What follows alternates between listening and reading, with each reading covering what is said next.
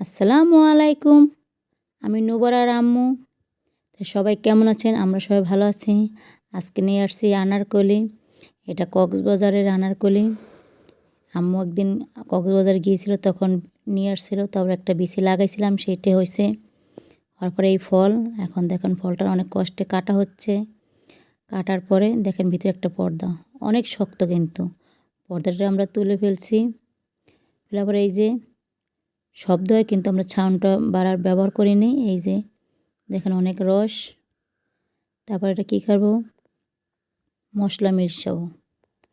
মশলাটা হলো বিট লবণ, মরিচ আর সাদা লবণ, তিনটে একসাথে মিক্স করে এটার ভিতরে পুরটার ভিতরে দিয়ে দেব।